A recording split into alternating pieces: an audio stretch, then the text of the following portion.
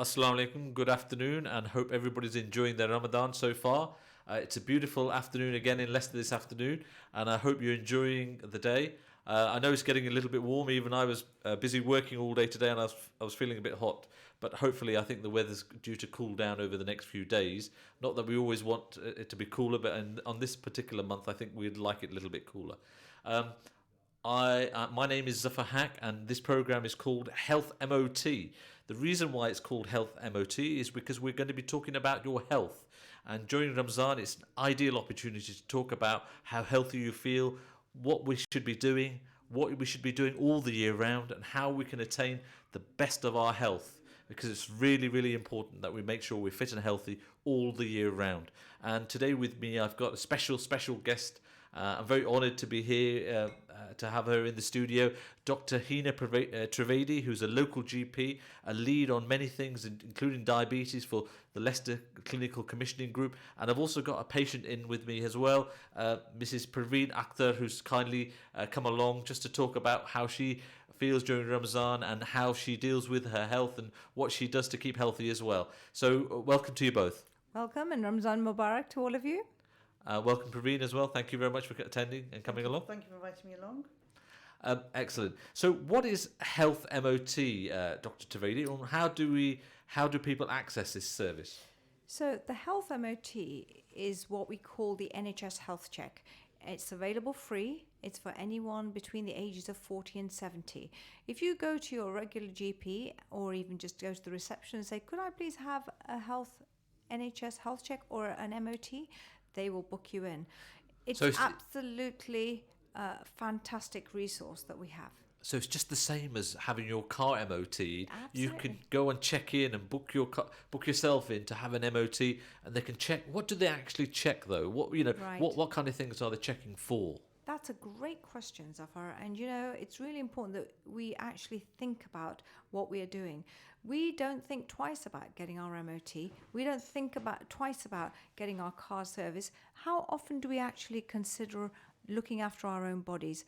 We have free healthcare in this country, and we really should use it. So what is the MOT? Well, we check for blood pressure, we look at diabetes, we check to see how your kidneys are, and just look for just a general sense of well-being. Get your weight checked, your height checked, get your BMI checked. You may have heard in the news that diabetes is on the rise. It's really important to check your blood pressure and to reduce the risk of having a stroke or a heart attack. So it's all those type of things. So it's a great way of finding out how healthy you really are, and if there's any problems, they're highlighted early so you're in a position to deal with them. If any of the listeners out there have got any comments to make, our telephone number is 0116 212 9324, and this is Radio Ramadan on Eva 102.5 FM. You can also text us. Our text number is 07450 925 084. We're talking about health and how you can have a health check from your local GP and how that will help identify any problems that you might have that you might not even know about. And that's such a great point because diabetes, one of my favorite subjects, is on the rise. And so what we're trying to do is diagnose people with diabetes who don't have any symptoms. And most of the time, high blood pressure, diabetes in the early stages has no symptoms, and this is a great way to try and detect these things early. So somebody who has diabetes or high blood pressure might not even know they've got it, and it could be damaging them daily. But realistically, there is quite a simple cure for them, or is there a treatment for them? I wish we did have a cure. We're working on that, but we can treat it. So the big deal about diabetes and high blood pressure is not just the disease itself, but really the impact it has on the organs. Diabetes is the most common cause of blindness, of having dialysis and having your kidneys fail.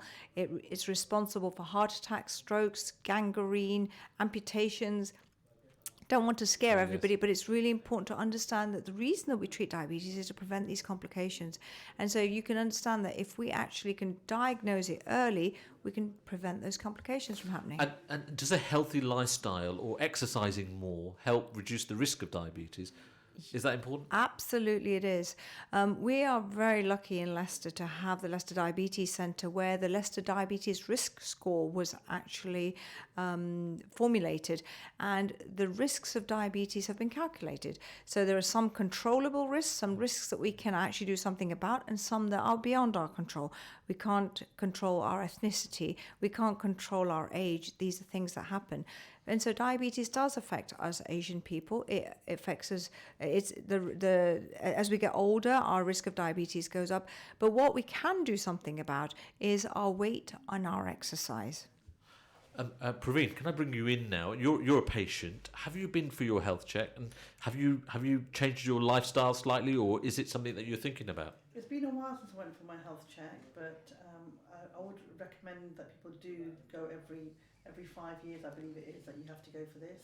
But one thing I wanted to ask Dr. Trivedi is, I have got high blood pressure, and I want to know, should I be taking my medication? Because I'm fasting at the moment. Should I be taking my medication early in the morning, or should I be taking my medication when I break my fast? And do I carry on with my medication while I'm fasting? I think these are really important questions, Parveen, and the fact that you're actually even asking me makes me really happy that you're interested in your health. And I think the first thing that all of us should do is take an interest in our health. If you have blood pressure, what is your blood pressure? Now, one of the things that we're all doing is asking most of our patients to get their own blood pressure machine. It only costs about 20 or 30 pounds. And, we all go out for dinner. We spend money on clothes and jewelry. So, this is your MOT. Get yourself a blood pressure machine and check it. Now, if you are on medication, I think it's really important you have that conversation with your doctor before stopping any medication. Usually, what we will advise that you take the medication. Maybe you might need to take half the medication if indeed you're not eating and drinking as much, but definitely don't stop your medication without talking to your doctor. And if you're checking your blood pressure and it does drop during the day because you're not eating and drinking, it may be that you just need a slightly lower dose. Excellent. We got some comments arriving on Facebook. Abu Ishaq joined us. Raj Patel is saying, excellent, so pleased that you are creating more awareness in the community on diabetes. We all need to take personal ownership. And that's a real big point, isn't it? We all need to take personal ownership. And that's one of the things that I think we all need to improve in our communities, because we have a higher risk of diabetes, and we've got the opportunity to do something about it. We need to take it, don't we? The sense of ownership is probably the key. So if you look at the history of medicine over the last 10, 20 years, one of the things that we realise is this NHS is unsustainable. The population is growing, we're getting older, we're surviving older, there are more diseases, and what we should be doing is actually trying to take responsibility of our own health, hence the MOT. So that's why get a blood pressure machine and check your blood pressure. If you have diabetes, one of the things I say is know your numbers.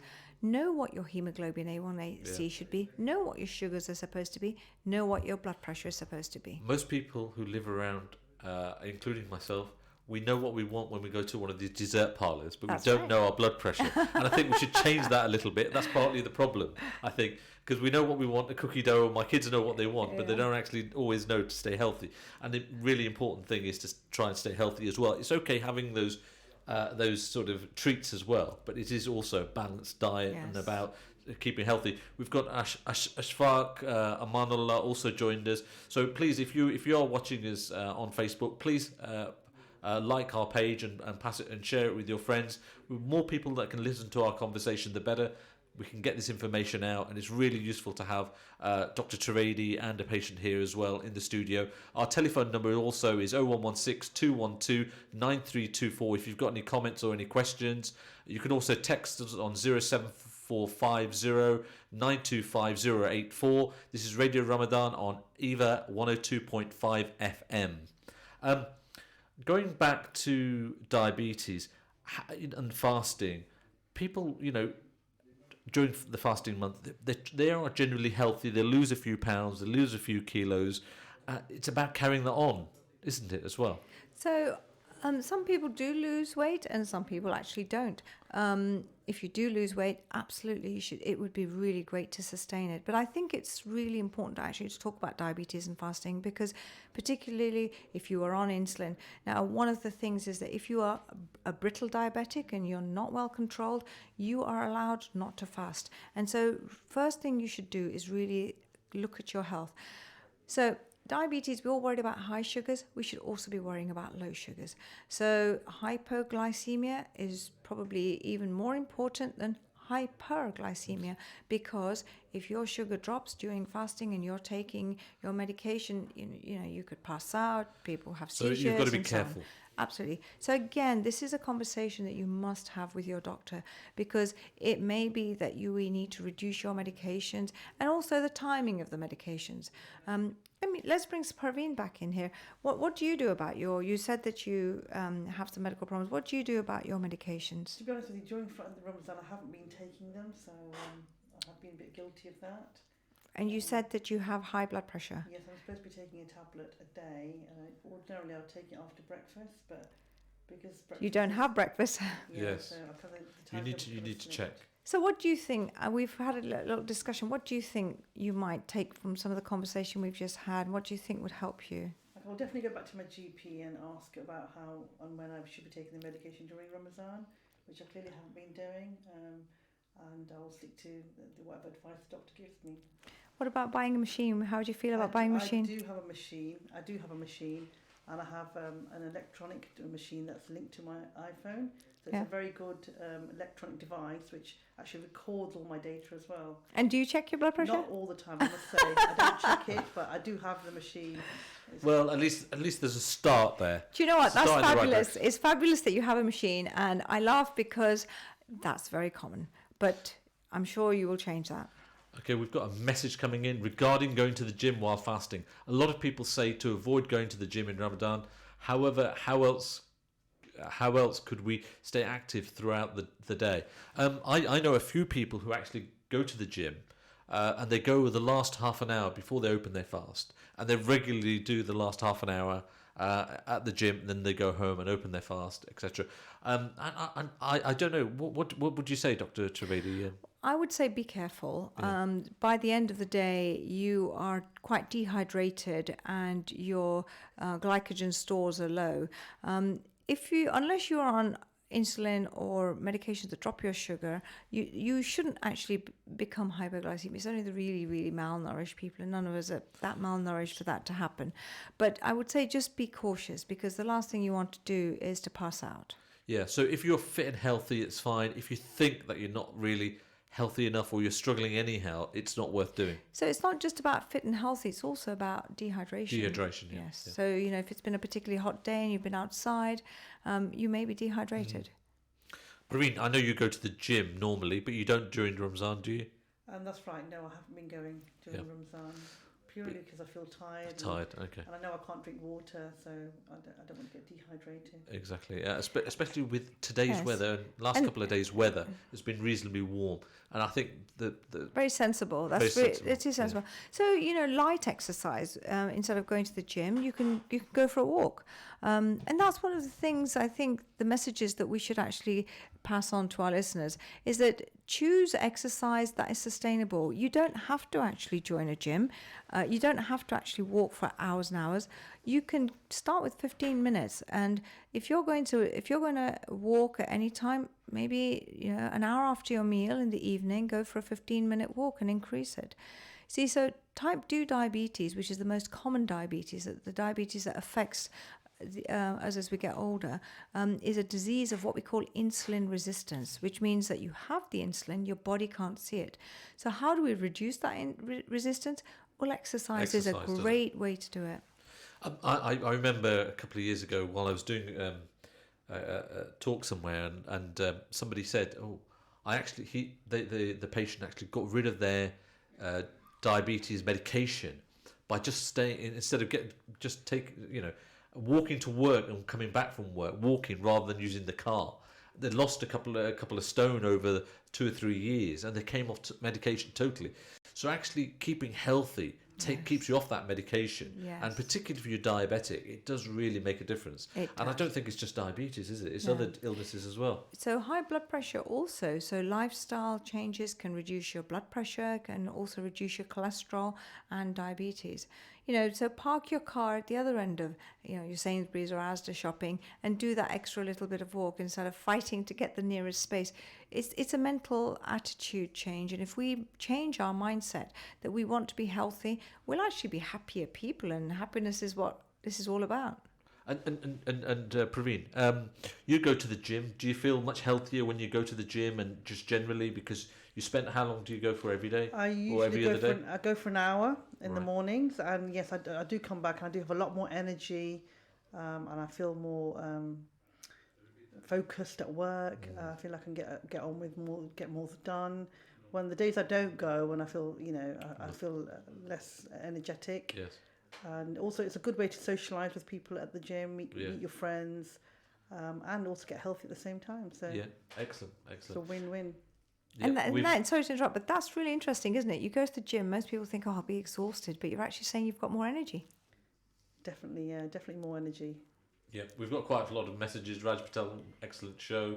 Harsh, Jigan, Hina's doing a great job. Wow, you got Raj Patel saying, Doctor, what simple things can one do on a daily basis to keep diabetes in check? Go for a 15-minute walk and be happy. Now, one of the things I do say to my patients is you don't have to go out there and buy specialist diabetes foods or anything specialist diabetes. Be sensible, but try and be happy. Really do something that makes you happy. Excellent. We've got one question we're going to get in before the break, but I'll remind you of the number. Our telephone number is 0116 212 9324 if you've got any questions, or you can text us on our text line, which is 07450 925 084. You're listening to Radio Ramadan on EVA 102.5 FM. The question that's come in on the text message is, how much water intake do you recommend to drink during Ramadan to avoid dehydration? That's a really good question.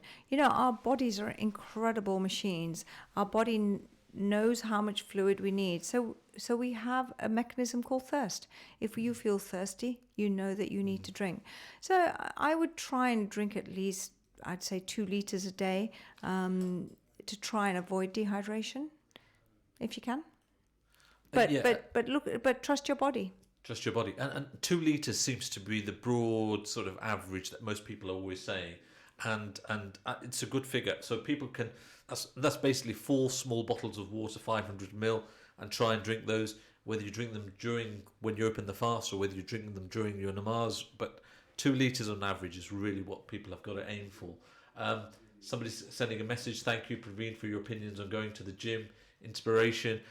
It is great inspiration, because actually, it is difficult. And Praveen, you're doing fantastic to be able to go along and be able to do an hour's worth at the gym. I think it's important to have a network of people that you can go with, a support group.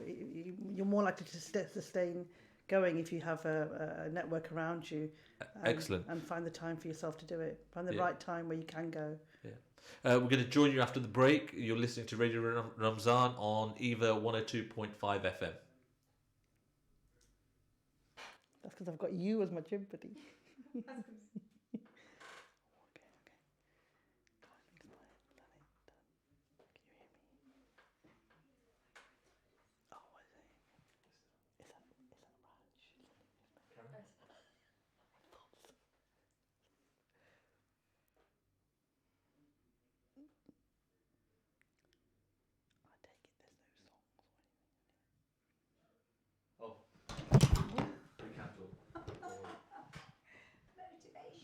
Where did that fall from? It goes by really quickly.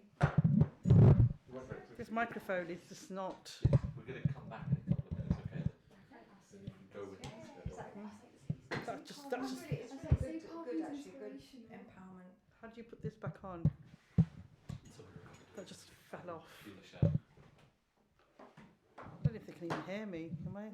It's your strength from the gym. Let's talk about things that you should be doing, whether there's fasting or not. But you can actually answer that question. Talk about medications. Okay, medications, yeah. How much 'Cause it would you gives an drink during opportunity. Ramadan? How can you drink those 2 It's litres? difficult. You can actually, because what I do is I drink half a litre after my food, go to the mosque at prayers, Then come then back come and- back, and then litre another half, Yeah. and then try and drink a couple of glasses for sale. Yeah. It's not easy. No, because you just want to have the food rather than the water. Oh my gosh. Job. They ask so many questions. That's a Raj, our mate Raj. Raj Jingan's one of our friends as well. That's okay. One of Sally's friends wrote that. No, like 3 of my friends said stuff, and then one of them was like, "Oh, you know, amazing advice." I was like, "Say something about my mum." It's quite funny, isn't it? It's good though. It is, yeah. I just feel like No, can you not like sit straight? Because I'm trying to record you answering questions, and then there's a big front. sorry. Should I?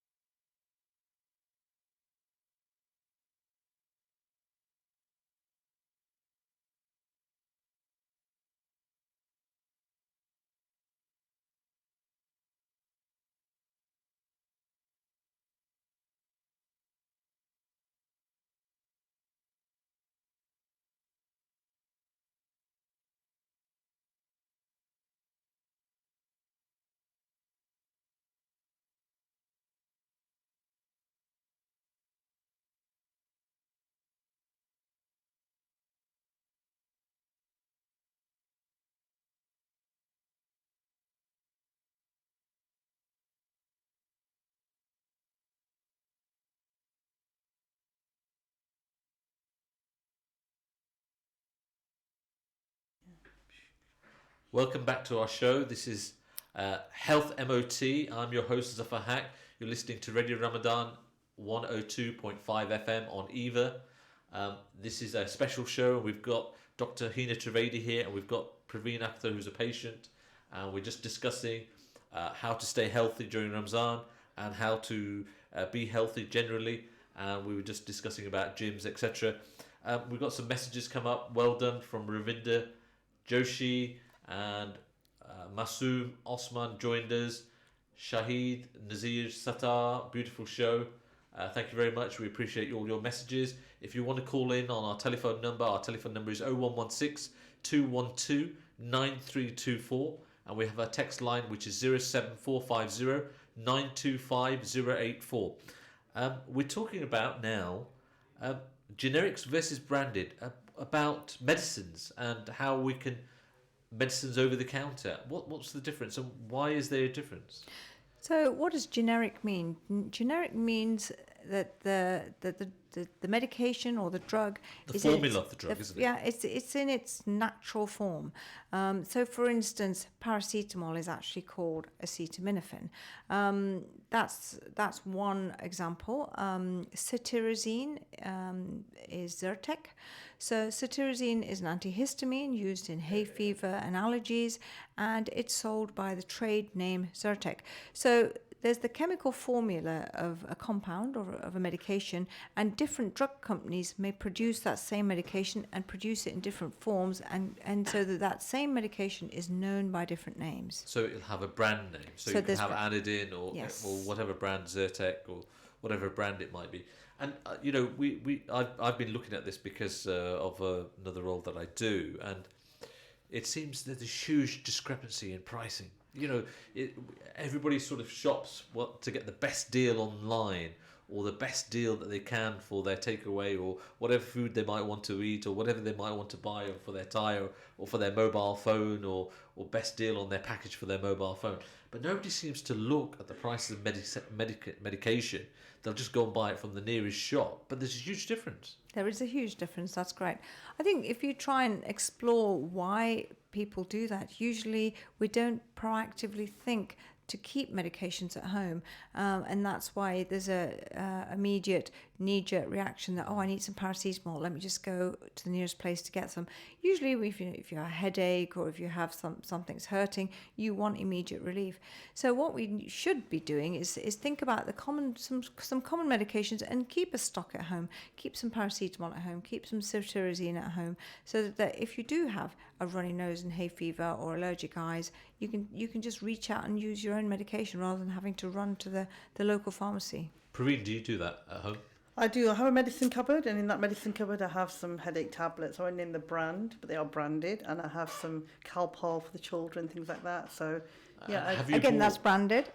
Again, sorry, Calpol. should be mentioning brands, but yes. Yeah, but do you actually now, if you knew that the mixture in the same paracetamol is the same as a brand, would you actually just buy the paracetamol? Because it's a chemical name, so it's actually the chemical is the same in both. I understand what you're saying, but sometimes you have a preference for a certain drug because you keep buying it. It's like any other brand that you might buy. You'll instantly just go to pick up that brand because you're so used to it. You don't even think about looking at the other brands. So next time I'm in the pharmacy, I think I will do that. But I just instantly go for the same brand I've been using for years because I suppose. And do you shop around or you don't? For medication, not necessarily, no. So the price difference we know, which I've checked. Paracetamol can cost you £1.49 in a shop, same number of tablets, and you can buy it in some of the shops as low as 15 pence. Pound Stretcher is selling them at 15 pence, and some of the other supermarkets are selling them at 15p. Some others are selling them at 50p. Some others are selling them a lot more than that. So there's a huge discrepancy, and drugs like anti-allergy tablets, again, there's a huge difference. You can buy a pack of 30 for 79 pence at some shops, and in other places the same pack of 30 would be £5. So a huge difference in price, and actually people need to be aware of that and be able to save money, because the medicines are actually the same, aren't they? I agree, yes. I mean, I think people should shop around, but sometimes the strength of the tablet varies as well, so you have to look at that as well. What do you say about that, Dr. So it actually doesn't, but I can understand that, it's if you're used to something, it's much easier to reach out to something that's tried and trusted. We unfortunately have this dilemma in everyday general practice. Our formularies are dictated by the CCG, who control the commissioning power, and we are given a formulary, which means that, for instance, blood pressure medications, we have certain classes of medications and we are supposed to prescribe certain medications only, and every few months we're asked to prescribe the cheaper brand or the cheaper alternative, and it's really difficult for patients to accept that they've got to chop and change. They're used to the same medication. I can understand it from a patient's point of view and a patient's perspective that they're used to something, and also when medication name changes, they may even get confused. So I can see that that's a problem, but I suppose we have to accept that the NHS is unsustainable, We need to help the NHS as much as we can to support its continuation. And if it means that you buy the cheap brand or you prescribe the cheaper medication, as long as, and this is the important caveat, this is the same medication that does the same thing, it's fine to prescribe the alternative. Basically, the brand names make more profit out of that medication. Yes. And that's the difference. I mean, I take medication for an allergy that I have, and if I buy a brand, it's 5 times more expensive than a non-brand, but the medication actually is the same. It is exactly the same. And it works perfectly well. And I just think to myself, well, the brand name is there just to try and highlight the brand and advertising and everything else. Whereas I don't need that. I just need that medication. So as long as the medication is there and available, and people should shop around, should look in, maybe the £5 you can spend in a discount shop or a supermarket is far better than £5 that you might spend in your corner shop that will only get you one item. And there you'll have 5, and you might be able to use them throughout the year and keep them in your cupboard, really.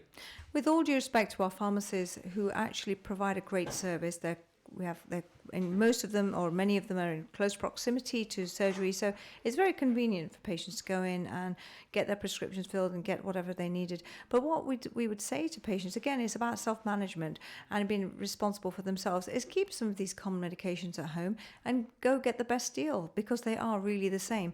And Praveen, I can understand that you think that they may be stronger. They're actually not. So read the ingredients, just like you do on a food package or whatever else you might buy.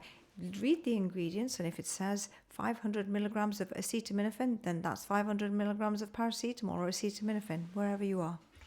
You've got another message coming through, Tanu. Well done, Hina Trivedi. You've got a real fan club going here, haven't you, today? That's fantastic. Much appreciated. Maybe it's you, Zafar. Have you thought about that? Much appreciated. The whole point of this program is try to help people self-care and deal with their problems themselves, because to a degree you're able to do that either by staying healthy or by buying over-the-counter medication. But shop around for that medication. That's our advice, really, to make sure you shop around, because you don't want to be wasting money on paying for something that's exactly the same as something that you can buy cheaper. It's really about... And we Asians are really good at that, aren't we? Oh, we're very good at that. It's really about self-empowerment. Empower yourself. Learn about your medications, learn about your illnesses, be interested. If you've got high blood pressure, what is your blood pressure? If you've got diabetes, what is your hemoglobin A1C? And what can you do about it? So educate yourself. If you can educate yourself, you will empower yourself. And then that way you will become responsible for your own health and your MOT. And Praveen, let me just read out the number again. 0116 212 9324. The text number... the text number is 07450 925084. This is Radio Ramadan on EVA 102.5 FM. Praveen, how do you feel? Do you think that's you self-care? You obviously keep healthy and going to the gym, and you tend to self-care. Do you feel much better in doing that? Yes, I'm quite reluctant to make a GP's appointment because it's very hard to get it sometimes, and I try and do what I can, and in terms of getting my own medication and taking advice from other people. And when I do need to go to the doctors, I find it a bit of a challenge, because when you're working full time, it's always not easy to get the appointment. And so... and you're a busy lady as well. Yeah, and I try and keep a supply of medication. Like I said, I keep them all to hand when I need them. Okay, excellent. For me, the Latifs has joined us on Facebook as well. Thank you very much for joining us. Now, the other sort of thing that there's a booklet that we've got in front of us, which is from the NHS, from Leicester City CCG. This is all gone out to all patients in Leicester City, to their homes, and it's got a whole range of top tips. Is there anything in particular that stands out to you, Hina or Praveen, in this book that you think that we should be looking at? Well, I love the section on antibiotics, because I think there's a great national campaign about the overuse of antibiotics. You may well have heard of bugs like Clostridium difficile or MRSA. These are these super resistant bugs, and the reason they're super resistant is that we have used antibiotics without because caution. Patients have had too many courses of antibiotics, the bugs become immune to them. So, So, the least yes. the fewer number of times that we actually take antibiotics, the better we are for future, maybe. So some of that's true, that they've had many courses, but also using antibiotics when they are not needed. So there is the inappropriate use of antibiotics and the overuse of antibiotics. And this comes back to self-management. If you've got a simple cold or a cough, try and self-manage it. Take over-the-counter medications, lots of fluid, paracetamol, and you may not even need the antibiotic. So that's a great section there. Okay. So that section is really, really important because it. Okay, we're talking about antibiotics. You might have to repeat yourself a little bit again because I don't think the listeners heard that about the antibiotics. Okay, I'm sorry about that. So there's a really good section here on antibiotics and not using antibiotics if they are not needed. Unfortunately, there are so many bugs out there that are resistant to many of these antibiotics, and the reason is because they're used when we don't need them. Okay, so when people come out from sometimes patients come out and I get a phone call, I went to my GP and they didn't prescribe me anything. They're quite angry, quite upset. Realistically, they don't actually need anything at that moment in time. If that condition goes on, your advice is to go back, isn't it? And Absolutely. go back to the GP and then maybe get a prescription in case the situation's gone worse. Because the situation does change, doesn't it? That's right. And some of this is not the patient's fault. Some of this is probably the GPs. We're very rushed, and I can see Parveen's point that it's very difficult to get an appointment. We are living within an overstretched NHS, and particularly in Leicester, 40% of our GP workforce is locum workforce. So we have a real crisis, a shortage of GPs, but we're trying to do the best we can. So when we see patients, maybe we need to also take a little bit more time to explain that this is a virus. The government has also helped us with national campaigns to try and reduce the overuse of antibiotics. But the most important thing is get a thermometer, check your temperature. If your temperature isn't going down by about 4 or 5 days, it is important you go and see your doctor. Excellent. Sorry, Praveen, anything that you found in there that you thought was really useful to you? Yeah, I remember receiving this booklet a few months ago, and actually I've kept it as a reference guide. It's very useful, and it's got some really good tips about children's health, which I've definitely would consider looking through if my children need have any health conditions. So it tells you what you can give your children if they've had a scrape or if they've got a bad stomach. So it's a really useful booklet, and it's a really good reference guide that you can keep handy. Do you think that we've lost some of our, we had great grandmothers and grandmothers around who would be able to give us this advice, and basically this booklet encapsulates all of that partly because we've lost some of that because we always had people who are older than us who would tell us do this and help us get better. And part of me feels sad, but we are where we are because these kind of booklets are now vital, aren't they? Really? Absolutely, yeah. It's part of our diet as well, which is a problem. We're eating a more westernized diet as well, and we don't have those traditional diets that we used to with the wholesome ingredients. So yeah, I think a lot of that is down to our diets and fast food and the things we eat, the convenience foods. Yeah, I mean, I was out shopping with my sons yesterday, and we were in Tesco's doing our shopping, and no doubt there was all sorts of biscuits and cakes going in there as well, which I don't deny, and some sweets. But also, my son picked up a loaf of wholemeal bread. And I thought, hang on a second, we don't want it. No, I do, Dad, I want some wholemeal bread. And I was quite impressed. I was thinking, actually, people are thinking about having a healthier diet. And it is important that people do realise that they have something slightly different occasionally and just, do try and improve their own diets themselves. And it's really good to see him do that. Yes, I mean, obviously, always look for, different ingredients in your products that you buy. Just don't buy the ones necessarily with the most sugar and the most salt content. So yeah, it's always be responsible for your own. It's really interesting. I was in Canada. I was in near Vancouver in Whistler. Yes. I was so surprised how many people were vegan, how many were vegetarian, and how much fresh produce was being used. it was like being in the middle of nowhere, but they were so conscious about their diets. Yes, I noticed you've picked that page up on the magazine here as well, and obviously I'm my own father, who lived until he was 94, was actually a vegetarian.